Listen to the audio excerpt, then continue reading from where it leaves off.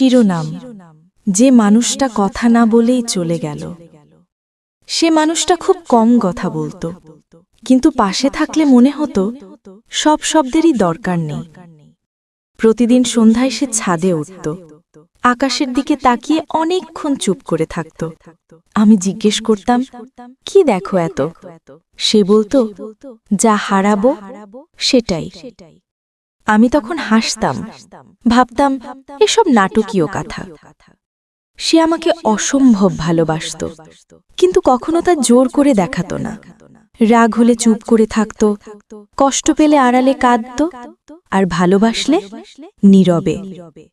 আমি ভুল করতাম, অনেক ভুল। সময় দিতাম না, মোবাইলটা বেশি গুরুত্বপূর্ণ মনে হতো।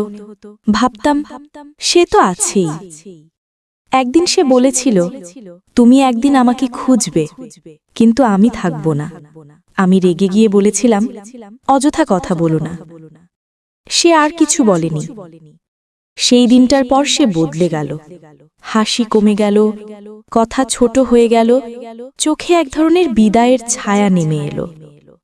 শেষ দিন সে খুব সাধারণভাবে বলেছিল, আমি যাচ্ছি।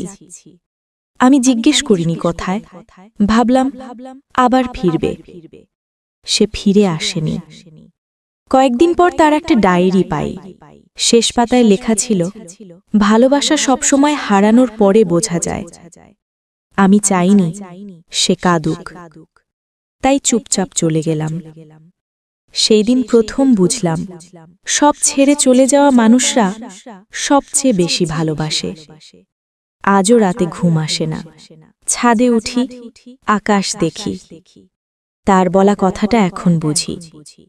সে আকাশে হারায়নি, সে আমার অবহেলায় হারিয়ে গেছে।